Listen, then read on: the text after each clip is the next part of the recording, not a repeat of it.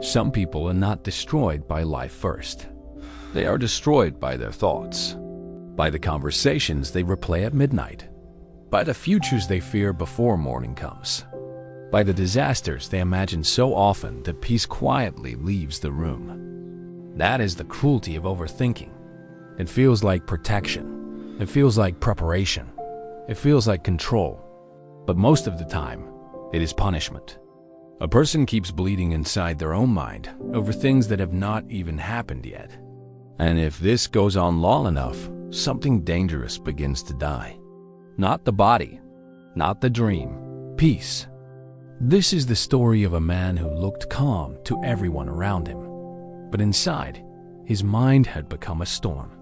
And the saddest part was this: the storm was not outside his life. It was living inside him. In an old hillside city filled with narrow streets, rooftop lights, evening tram bells, and rain that often slid down windows like tired tears, there lived a 31-year-old man named Arin. Arin worked as a records assistant in a cloth warehouse near the lower market. He was known as a careful man. Too careful, some people said. He checked everything twice, sometimes 3 times. He read letters again before sending them. He reread messages before opening them. He replayed simple conversations in his mind until they no longer felt simple at all. If his manager said, "Come see me tomorrow morning," Arin did not sleep well that night. Was it bad news? Had he made a mistake? Did someone complain? Was he about to lose his work? If a friend replied with a shorter message than usual, his mind started building stories. Did I offend them? Are they upset? Have I changed in their eyes? If his mother coughed twice in one evening, he imagined illness, hospitals, debt, and loss before dawn. And when he lay down to rest, his body would grow still, but his mind would keep walking. That was Arin's secret pain. To the world, he was quiet. Inside, he was never quiet. He lived with his mother and his younger sister, Mina, in a narrow apartment above a bakery. Their home smelled of warm bread in the morning and damp stone after rain. Mina was 21, bright, full of life, and gifted with drawing. She had recently been working toward a scholarship to study design in another city. Arin loved her deeply. Their father had died years earlier, and since then Arin had quietly become the careful one in the house. He paid attention. He carried responsibility. He tried to think ahead for everyone. At first, that looked like love. And in some ways, it was. But over time, his care became fear. And fear became overthinking. And overthinking began stealing something from his life that he did not know how to get back. Peace. There were nights when Mina sat beside him at the small kitchen table, sketching ideas for her portfolio, while Arin stared at the same bill for 20 minutes, calculating the worst future he could imagine. "There's still enough this month," Mina would say. Arin nodded. But inside, his mind was already 6 disasters ahead. The rent will rise.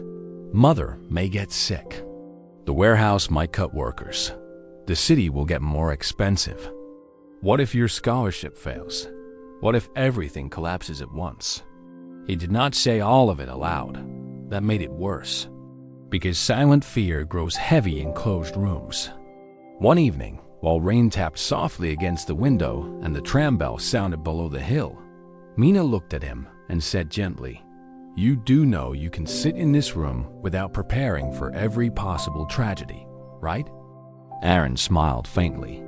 "I'm just trying to be responsible." Mina did not argue, but she looked at him with a sadness that stayed behind after she turned away. Days passed. Then came the week that cracked something open. Arin's supervisor at the warehouse, Mr. Holly, placed a folded note on his desk just before closing time. "Come to my office tomorrow morning before work begins." That was all. To another person, it might have meant anything.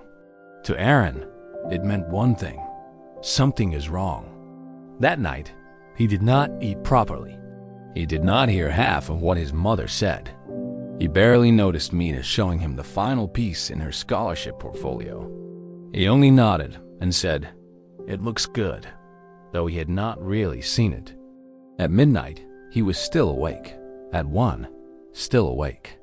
At 2, staring at the ceiling while his thoughts built entire futures out of one folded note. By morning, his chest felt tight, his eyes burned, and peace was nowhere inside him. He reached the office early, heart pounding. Mr. Halley looked up, smiled, and said, "Good. I wanted to speak to you before the day started. There's an opening in inventory management next month. I think you're ready for it, if you want the chance." Arin stood still. He had spent the whole night fearing an ending, and it had been an opportunity. He should have felt relief. Instead, he felt ashamed. Ashamed of how much suffering his own mind had created from a sentence that meant no harm. But the day did not end there. When he came home that evening, he found Mina sitting by the window with her portfolio closed beside her. She was smiling, but her eyes looked dull in a way that unsettled him. "What happened?" he asked. "The scholarship panel came today," she said softly. "They selected my work for the next stage." Arin stared. "That's wonderful." She nodded. "It is." Then she added very quietly, "I wanted to tell you last night. That was the piece I showed you, the one you barely looked at." Her words were calm. That made them sharper. Arin sat down slowly. "I'm sorry," he said. Mina looked at him for a moment and then spoke the sentence he would remember for years. "You are always here, Arin, but your mind is somewhere terrible all the time." The room went silent because it was true. He was there physically, but mentally, he kept living in futures that had not happened. He kept missing the life that was happening. That night, he did not defend himself. He could not. He only sat by the window long after everyone slept, listening to the city and feeling something heavy settle in his chest. Not fear this time, grief, because he was beginning to see that overthinking had not only stolen his peace, it had started stealing his presence. The next day, after work, Arin did not go straight home. He walked through the upper streets without aim until he reached an old public garden near the tram line. The air smelled of wet leaves and earth. A few lanterns had begun to glow beside the stone path. Near the center of the garden was a quiet pond, and beside it sat an old man named Yosef, the garden keeper.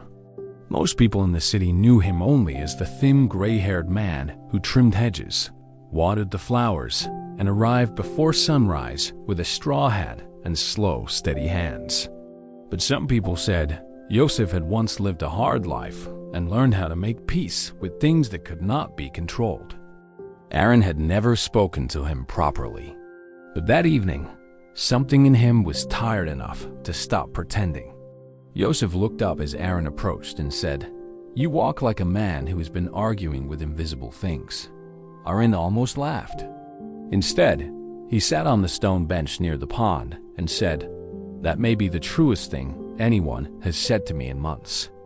Yosef set down the small metal watering can he was holding and waited. And because the old man did not rush him, Arin began to speak. He spoke about the note from work, the sleepless night, the fear, the shame, Mina's words, the way his mind kept turning every uncertainty into a wound before life had even decided what it was. When he finished, Yosef bent down, filled a glass jar halfway from the muddy edge of the pond, and held it up. The water was clouded with soil. "Tell me what you see," he said. "Mud." Yosef nodded. Then, without speaking, he shook the jar hard. The water grew worse, darker, more disturbed. Now, still mud. Worse mud. Yosef placed the jar carefully on the bench between them. "Watch." They sat in silence for a few moments. Slowly, very slowly, the soil began sinking. The upper water became clearer. Yosef said quietly, "If I want to see clearly, I do not shake the jar harder." Arin looked at the settling water. The old man continued, "But that is what many people do with the mind. A thought scares them, so they stir it. Then they stir it again. They replay, analyze, imagine, predict, and worry until the mind becomes too muddy to show them truth. Arin felt the words enter him deeply. Yosef turned toward him. "Overthinking does not usually bring clarity," he said. "It often destroys it." The lantern light trembled softly on the wet path. Arin said in a low voice, "It feels like if I think enough, maybe I can prevent pain." Yosef nodded once. "Yes, that is the lie." He pointed to the jar again. "You think constant stirring is control, but constant stirring is what keeps the water from clearing." Arin stared at the slowly settling glass. Then he asked a question that had lived in him too long. "So what do I do?" Yosef answered without drama. "You stop worshipping every fearful thought." Arin looked at him. The old man's voice stayed calm.